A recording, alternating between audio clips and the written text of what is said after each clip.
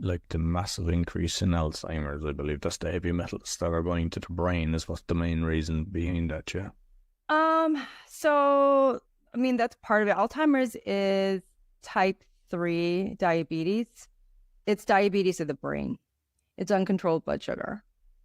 Uh, I was listening to a doctor from Cornell. She had devoted her life to researching Alzheimer's, and then she shifted over to menopause research.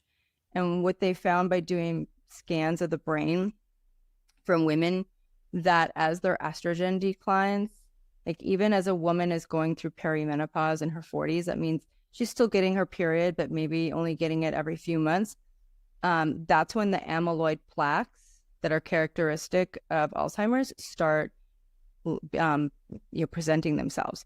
So they did, in her clinical study, they did MRIs of the brain of a woman who's menstruating monthly, still has sufficient estrogen, progesterone levels, a woman who is in menopause, but taking hormone replacement therapy to make sure that her estrogens and progesterones were at good levels, and then a woman who just did nothing and just suffered with the menopause symptoms. And they found that the brain scan of the woman who had no hormones or lower levels of hormones was completely atrophied.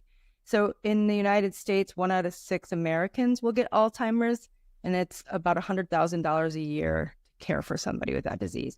And the disease is twice as likely to happen to women as men. So that's why this particular researcher started researching it. So just like heart disease kills 1 in 4 men or 1 in 5 women, and breast cancer, I mean, 1 in 8 women gets breast cancer. These are all hormone related.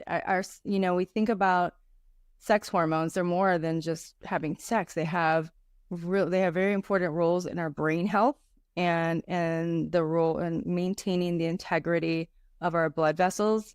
So for both men and women, the estrogen will maintain the endothelial lining. So for example, I'm working with a farmer in Texas right now, and I put him through my protocols, and his testosterone, he's feeling better. He's able to have erections without taking Viagra, which is a win for him, but we retested and he's still not at optimal levels. So I was like, look, what's your pesticide exposure? And, he's still being exposed to pesticides. So I'm going to have to work with him to do really intense detox in order to get everything online, because he's not making enough estrogen and progesterone to protect his blood vessels. Like, my goal is to protect people from dying of a heart attack or dying from a stroke. And so it starts, in midlife. These diseases take 10, 20 years to develop, but you have to address them in midlife in order to truly prevent them.